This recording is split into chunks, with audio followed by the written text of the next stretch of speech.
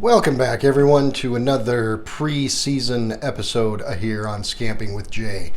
This will be part 2 to my new gear for the season series, and I think at this point going forward, I've got what I need to be super comfortable going into the woods alone. So we'll start off with the first item, which is kind of a 0.5 item, because I did 3 in the part 1 video. I was going to do 3 in this video, 1, 2, 3. But then I decided I would order this, and it just happened to show up today, so I'm going to go ahead and include it in this video.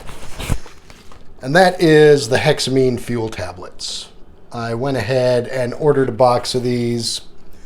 We'll see how well they work. We'll see how well they don't. This is for that little mini stove that I bought that was in the part 1 of new camping gear.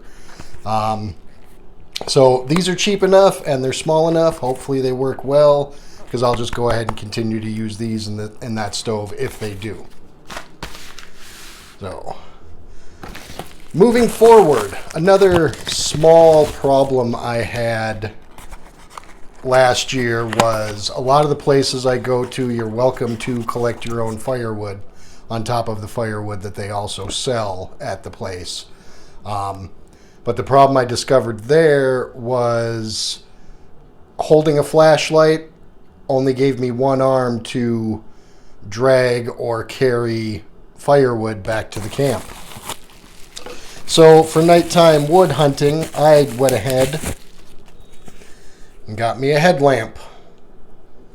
So this will definitely help more as far as, being able to carry items with both hands and still having light to see where I'm going.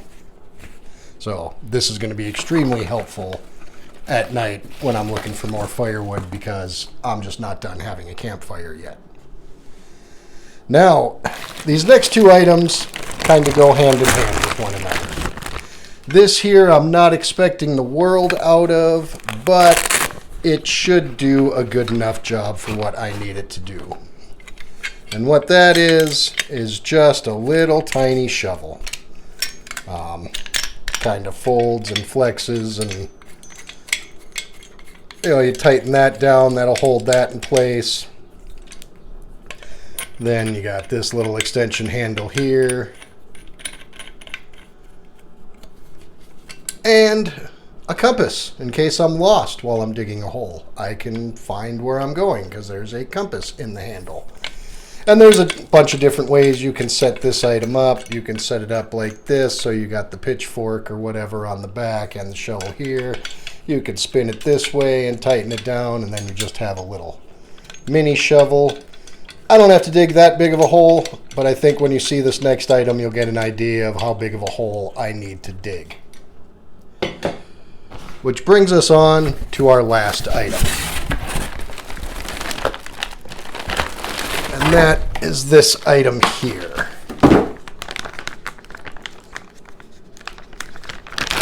Now, what I discovered last year is I don't mind using the bathroom outside, but I've also discovered that I am too out of shape, too fat, and probably too old to just be free squatting in the woods. So, you guessed it, what we have here is a collapsible toilet with a nice little carrying case. Why that didn't come in the case to begin with, I don't know.